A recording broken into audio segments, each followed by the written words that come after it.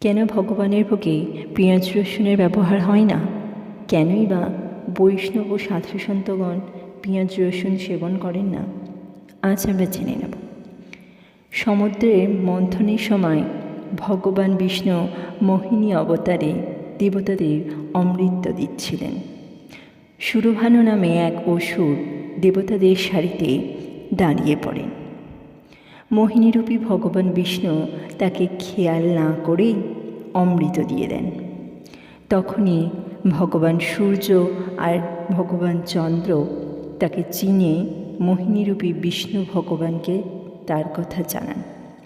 মোহিনীরূপী বিষ্ণু ভগবান তখন তার সুদর্শন চক্র দিয়ে অসুরকে দেহ এবং মুণ্ড আলাদা করে দেন। এরপর তার মুণ্ডটির নাম হয় রাহু এবং দেহটির নাম হয় কেতু। মুণ্ডচ্ছেদের সময় অসুরের এক বিন্দুর রক্ত মাটিতে পড়ে।